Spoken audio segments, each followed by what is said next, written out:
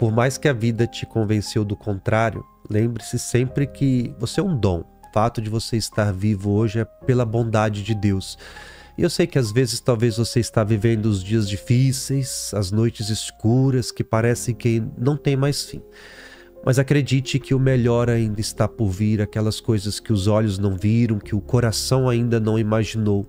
Deus sempre tem o melhor para a sua vida, viu? E nunca se convença do contrário. Por mais que pessoas muito próximas a você te convenceram de que você não era ninguém, você não era capaz, acredite no seu potencial, na força extraordinária que existe dentro do seu coração. Quando eu comecei a minha caminhada na igreja, eu fui doutrinado, eu vejo assim, de forma muito errada, nesse rigor, sabe? Tipo assim, você não pode escutar música secular que a gente fala que não é cristã, né? Você não pode ir em algum ambiente que não seja igreja, aquela coisa toda. Você não pode ter isso, se você botar um brinco é pecado, se você fizer uma tatuagem é pecado. Essas coisas assim, né? Então eu fui doutrinado nisso. E eu assim, naquela época eu achava isso como assim, não é verdade, né? Assim, e aquilo que eu pregava, que eu acreditava também. Eu lembro, eu perdi um tio meu, uma morte muito trágica, assim, né? Acho que ele teve um problema no coração, estava no rio com os filhos dele, e aí acabou morrendo afogado também, né? E eu lembro muito claro, assim, da imagem da filha dele, a minha prima, quando me viu, né? Ele não era casado com a minha tia na igreja. A primeira coisa que ela disse para mim foi a seguinte: e agora, meu pai tá no inferno, porque não era casado. É a compreensão que se tem, né? Nossa, aquilo me tocou, assim, mas que isso, né, assim? Quem sou eu para dizer quem tá no inferno, quem não tá no inferno, assim? Porque eu acho que isso anula a misericórdia de Deus, sabe? Anula a compaixão que ele tem. Quando eu lembro do meu tio, eu lembro do homem bom, extraordinário que ele foi, né, e tudo mais. Talvez não teve um encontro com o Senhor, assim, que suscitou no coração esse desejo do casamento. A cruz, como você disse, né, assim, a atitude ali de quem perdoa o ladrão, o traz para si. E esse Deus, às vezes, de compaixão, de misericórdia, é distorcido. Eu tenho certeza, se alguém ver esse vídeo, vai questionar, né? Ah, quer dizer que não existe inferno? Eu acredito que existe o inferno. Claro que eu acredito na influência do mal, eu acredito, mas eu acredito muito mais na bondade de Deus. Que é infinita. Infinita. E vai muito além do nosso merecimento, né? Quantas vezes a gente deve perdoar as pessoas? É sempre, né? Como está escrito lá. É claro que o perdão, às vezes, assim, se eu te fiz o mal uma vida inteira, você não precisa ter comigo o mesmo contato de antes. Perdoar não é ter a mesma intimidade de antes. Eu acho que o perdão é um processo de cicatrização, é a ferida que vai cicatrizar. Só que se é alguém que não está somando nada à sua vida, deixa partir. Muitas mulheres me procuram para conversar sobre situações de casamento. E às vezes eu vejo algumas mulheres que estão vivendo um cárcere. Sabe, violentadas de todas as formas possíveis, verbalmente, fisicamente, traídas uma vida inteira. Padre, eu tô nesse casamento porque eu casei na igreja, então eu tenho a obrigação de ficar até o final. Isso não é uma verdade, assim. Eu não posso, assim, não seria justo comigo mesmo falar assim: olha, vai para sua casa, reza pelo seu marido, espera a conversão dele. Eu vou ser o primeiro a falar para essa mulher: não, isso aqui não é a vida que Deus quer para você. Você não precisa se submeter a uma situação como essa, né? Houve uma traição. Faço uma pergunta, só uma vez, né? Você sentiu arrependimento? Você sentiu mudança, um propósito de mudança? Sim, tá arrependido? Então, pela família, pelo amor que você tem, vale a pena você tentar, ainda que deixe marcas, feridas. A traição nunca é fácil de lidar. É diferente de uma situação onde a pessoa está vivendo, eu falei mulher, mas pode ser o contrário também. Claro. Está vivendo um cárcere ali, uma vida sem sentido, né? Não é por conta daquilo que fez ali, né, no casamento, que vai ser obrigada a viver uma situação daquela para a vida inteira. Com o crescimento dos evangélicos no Brasil, né, um movimento muito grande, devem te perguntar também, né, como que funciona quando a esposa é católica e o marido é evangélico ou vice-versa? Como funciona? Um tem que converter o outro? É possível uma vida em comum? Eu já fiz casamentos, a gente chama de casamento misto, né? Quando são um evangélico e um católico, né? E pode casar na igreja, não tem problema nenhum em relação a isso, não. A parte que não é católica, ela tem que se comprometer que não vai interferir na parte católica, né? E, à medida do possível, permitir que a parte católica eduque os filhos na fé católica também, à medida do possível. Eu não acho que ninguém tem que se converter por alguém. Tipo assim, forçar a barra. Se você não se converter, a gente não casa. Exato. Não, pelo amor de Deus, né? Assim, não tem sentido. É aquilo que eu falei anteriormente, né? Exatamente, né? Quando você quer apresentar a fé pelo medo, por uma imposição, não vinga, não dura. Eu acho que é o mínimo que se espera, é o respeito por aquilo que o outro acredita. Se você tá com alguém que te coloca numa situação de escolha, ou você vem pra minha igreja, ou a gente termina, tchau e bênção. Você não tem o que pensar. Você tem que escolher aquilo que é o mais importante, que é a sua fé. Se você é uma pessoa, está te impondo isso logo no início, o que não vai fazer depois, né? A imposição aí vai vir de outras formas também.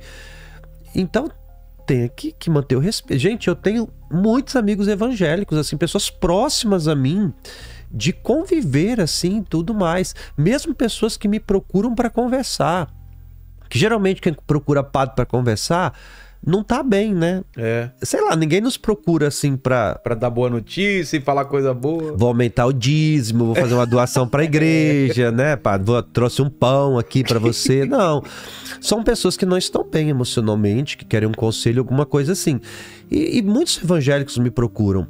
E eu nunca, assim, nesse momento, usei talvez ali da influência que eu tinha sobre aquela pessoa. Naquele momento de fragilidade. Exatamente, né? Para impor aquilo que eu acredito. Falo de Deus de uma forma universal e depois, frequente sua igreja, vai para a igreja, né? Eu acho que esse movimento, assim, de você forçar aquilo que você acredita a alguém é absurdo, assim. É uma invasão, assim, de algo que deveria ser sagrado. E pela tua experiência, tem casal que funciona? Cada um professando sua fé? Já vi muitos, assim, já vi muitos, tem sim. E assim, tem que ter respeitos, né? Se você não tiver um respeito pelo outro, pelas diferenças do outro, aí realmente não se sustenta. E isso vale pra tudo. Mas eu já vi muitos casos, assim, que dão certo, sim, né? Bonito, inclusive. Então existe demônio, existe o mal, existe, sei lá, Lúcifer. Como que funciona isso? Sim, os anjos são anjos. A gente caídos? A gente não pode ter a imagem... Caídos não no sentido figurado, né? Assim, sei lá, caiu do céu, né? Assim... são anjos que se rebelaram, né? Doutrina católica que eu estou falando nesse momento. Não sei como pensam os evangélicos e tudo mais. Então a primeira coisa é tirar a imagem do demônio como aquele ser feio, chifre. Né? Não, né? São anjos. E anjos não têm fisionomia. É uma cultura muito renascentista que a gente herdou. Aquela coisa de anjo. De asas, essas coisas, os cachinhos, túnica, né? Não, são seres que não têm corporeidade, né? Então a gente não pode pensar em anjos, tanto anjos bons como anjos ruins, com um corpo. Ele assume formas. Por exemplo, o demônio, ele possessa alguém. Eu sou muito leigo, tá?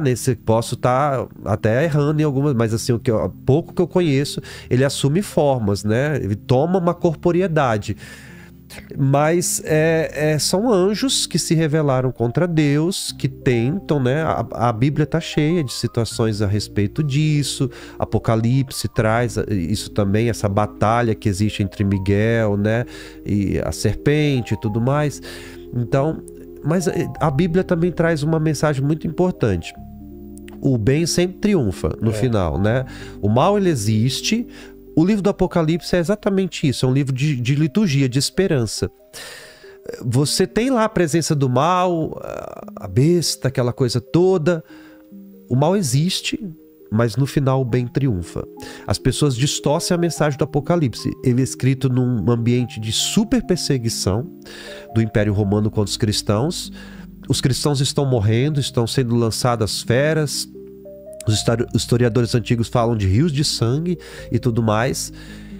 Então, a imagem do mal é real, a besta ali é a personificação do império, do imperador, não é, né? Mas o mal não triunfa. No final, o bem vence, sempre. O Jurandir, ele perguntou aqui se o senhor acha que nós estamos nos finais dos tempos. Sim. Muito se fala nisso, né? De sinais, de dores do parto. Os sinais dos tempos, eles existem, mas não é isso que talvez se pensa. Pandemia. Situações climáticas. Eu acho que o que demonstra os sinais dos tempos, que nada tem a ver com o fim do mundo, é justamente aquilo que nós conversamos no início. A perca da humanidade. Eu acho que isso é o maior dos sinais, assim, quando o ser humano perdeu a sua humanidade, a sua hombridade, você não sente mais compaixão. Para mim, isso são sinais dos tempos. Mas a gente tem que descartar essas ideias que a gente vê em televisão, internet, de que o mundo vai acabar tal dia, de que a gente caminha para isso. A segunda carta de Pedro, da Sagrada Escritura do Novo Testamento, a gente sabe que foi o último livro da Bíblia a ser escrito. Por que sabemos disso? Porque pela primeira vez se começa a questionar algo que até então não era questionado. Na teologia a gente chama de parousia, né? Que é a vinda de Jesus, a sua segunda vinda. Cadê? Não ia voltar? Por exemplo, se você vê as cartas de Paulo, os cristãos deixaram até de trabalhar, porque achavam que ia ser... Então, esses cristãos, eles deixaram de fazer tudo. São Paulo fala, né? Quem não quer trabalhar também não deve comer. Ele explica, volta ao trabalho, a vida de vocês. E essa segunda carta de Pedro começa a questionar. Cadê? Não ia acontecer rápido? Não era iminente que ia acontecer? Não tá acontecendo, né? Tá passando os anos e não tá acontecendo. Temos que tirar essa ideia assim dessas trombetas tocando e tudo mais. A segunda vinda de Cristo, ela se dará precisamente para cada um de nós de forma particular no dia de nossa morte. Teremos um encontro com o Senhor de verdade, de sinceridade, aí não haverá espaço para mentira, para o engano, para o erro. Você vai ter que se apresentar sem máscaras diante do Senhor, do Tribunal de Justiça, né? Então é essa vinda que a gente tem que se preparar para quando acontecer. O Guilherme Ursino, ele tá perguntando aqui o seguinte: Padre, poderia nos explicar um pouco de como surgiu a ideia do purgatório para a Igreja Católica? A inspiração para o purgatório, ela vem do livro dos Macabeus. Lembrando que céu, inferno e purgatório não é um lugar físico. É um estágio de vida, né? Um estado de alma. Então, o céu, nuvem, essas coisas, inferno, fogo, essas coisas todas, né? Não é isso. Não é isso. O céu é viver com Deus para toda a eternidade, num lugar que não lhe faltará mais nada. A morte não existirá mais, nem a dor, nem o luto. O inferno é o oposto. É você viver eternamente a ausência de Deus. Sabendo que você poderia estar desfrutando dela, mas pelas suas escolhas não fez. E o purgatório, segundo a doutrina católica, seria uma purificação em decorrência dos nossos erros neste mundo até alcançarmos o paraíso. Mas esse inferno, esse lugar de eterna danação, né? Será que ela não tem escapatória? Não tem arrependimento aí também? Não tem. A própria Bíblia nos traz passagens assim, no Lázaro e o homem, né, que estava à sua porta todos os dias mendigando, o homem rico e Lázaro. Não tem como mandar alguém para ir? Não tem. Quem está lá não pode passar para o outro lado, então não tem essa remissão. O tempo de ser remido é enquanto você teve a oportunidade de viver. Entendi. A igreja, o que a igreja fala sobre a virgindade de Maria? Porque isso, não sei se na Bíblia chega a falar sobre isso, né? A Bíblia fala muito pouco de Maria, mas fala o suficiente. Aquilo que é o necessário de verdade. A virgindade de Maria é um dos dogmas de Nossa Senhora, então... Dogma seria? Verdades de fé. Para um católico não é para ser questionado. E isso é para o católico. Entendi. É claro que um evangélico pode não acreditar, uma pessoa de outra religião pode não acreditar. Mas a virgindade de Maria, a sua Imaculada Conceição e que Maria é mãe de Deus... e Maria foi assunta ao céu, são os dogmas marianos, que são verdades de fé. A Imaculada Conceição, a Virgindade de Maria, que a gente celebra no dia 8 de dezembro, né? É que se fala que Maria foi virgem, não por méritos próprios, mas em decorrência daquilo que ela necessitava de ser, mãe de Deus, né?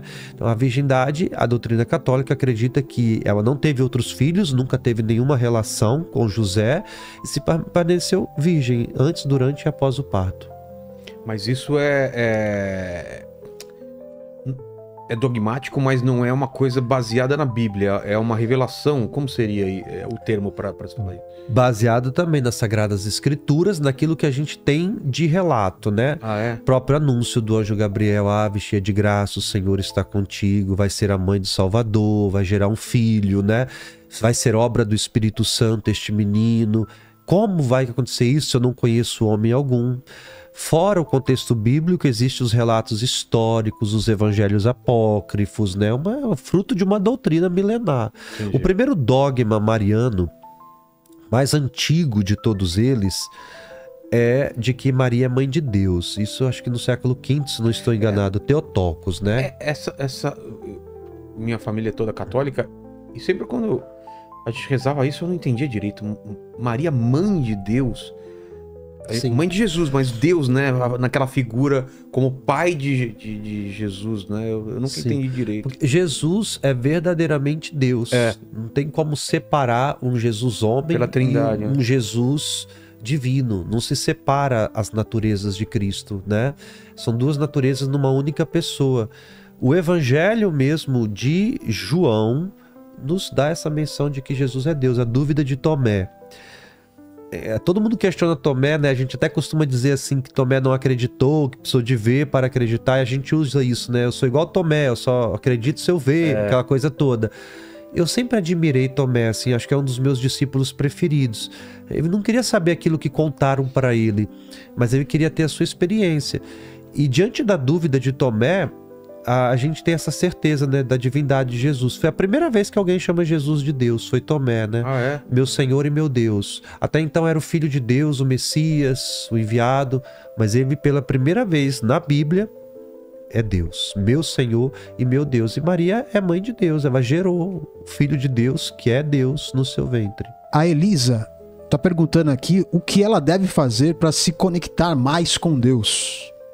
Pessoal que tá afastado, pessoal que não tá sentindo aquela vontade de rezar, como faz? Primeiro também, assim, eu acho importante a gente entender que não é um tempo cronológico, né? As pessoas, vou rezar por 1 hora por dia. Às vezes você pode rezar 1 minuto, mas foi mais intenso que 1 hora. Então, assim, é você se libertar de um tempo cronológico, é um encontro. O céu é um eterno presente, é um momento único, né? Eu acredito. É Lene o nome dela? Elisa. Elisa, eu achei que ela tinha o mesmo nome. Parecido. Elisa, desacelera. Esse mundo é muito agitado, muito barulhento. A gente não consegue escutar Deus porque são muitas vozes falando ao mesmo tempo. Faça a experiência de desligar o telefone, de ter um lugarzinho ali na sua casa onde você pode silenciar, deixar Deus falar. Não precisa falar muitas coisas não, escute, valorize a escuta. Vai demorar um pouquinho, mas aos poucos você vai conseguindo enxergar um carinho de Deus, uma sensibilidade dele.